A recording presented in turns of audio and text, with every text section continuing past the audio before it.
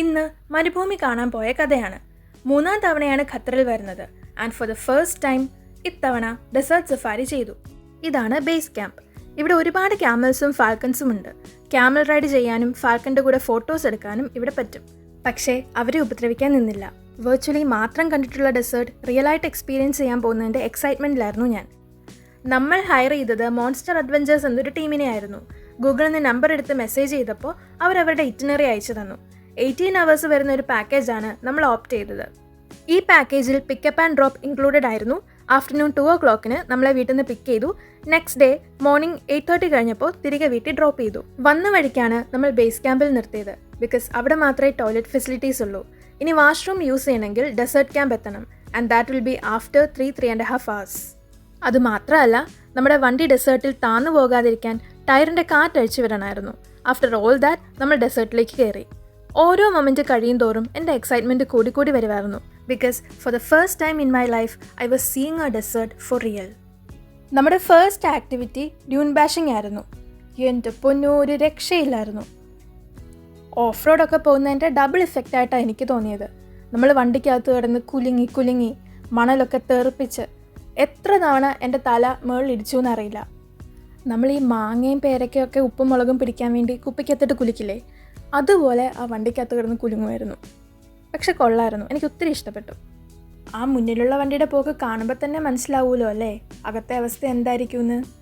പിന്നെ ഏതൊരു അഡ്വഞ്ചറസ് ആക്ടിവിറ്റിയും പോലെ തന്നെ ഇതിനും കുറച്ച് റിസ്ക് എലമെൻറ്റ്സ് ഉണ്ട്.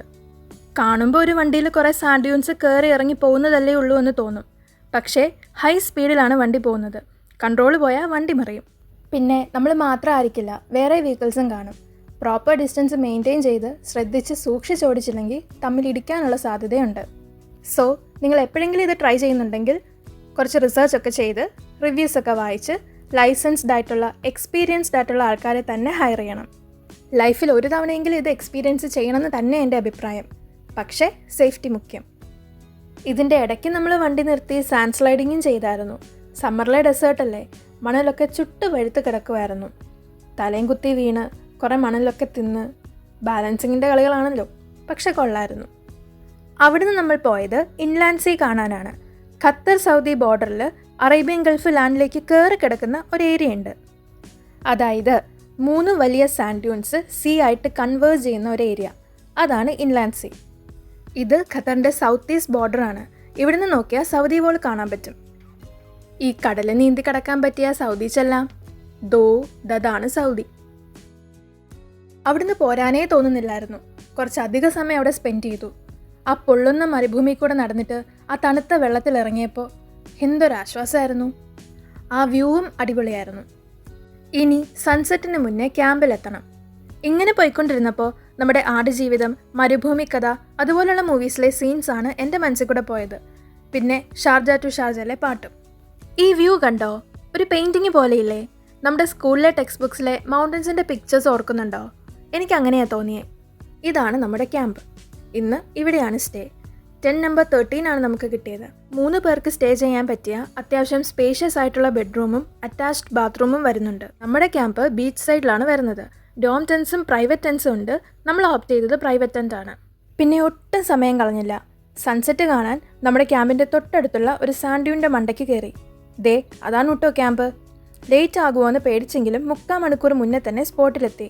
സൂര്യൻ ഇങ്ങനെ ഡെസേർട്ടിൽ താന്നു പോകുന്ന വ്യൂ സമാധാനമായി തന്നെ കണ്ടു. നമ്മുടെ ക്യാമ്പിൻ്റെ ബോർഡറാണ് കേട്ടോ ഇത്. ഇവിടെ നിന്നാണ് നമ്മൾ സൺസെറ്റ് കണ്ടത്. നമ്മൾ ഇങ്ങോട്ട് വന്നപ്പോൾ ബീച്ച് സൈഡിൽ കുറച്ച് ആക്ടിവിറ്റീസ് ഒക്കെ നടത്തുന്നുണ്ടായിരുന്നു. ക്യാമൽസും ഫാൽക്കൺസും ഒക്കെ ഉണ്ടായിരുന്നു. അതുപോലെ സാൻഡ് ബോർഡിങ് ചെയ്യുന്നുണ്ടായിരുന്നു. പക്ഷേ സൺസെറ്റ് കാണാൻ ഓടിയത് കൊണ്ട് അതൊക്കെ മിസ്സായി. But no regrets. എല്ലാം കൂടി പറ്റില്ലല്ലോ. നമ്മുടെ പോലെ ഇപ്പുറത്ത് വേറൊരു ക്യാമ്പും ഉണ്ട്.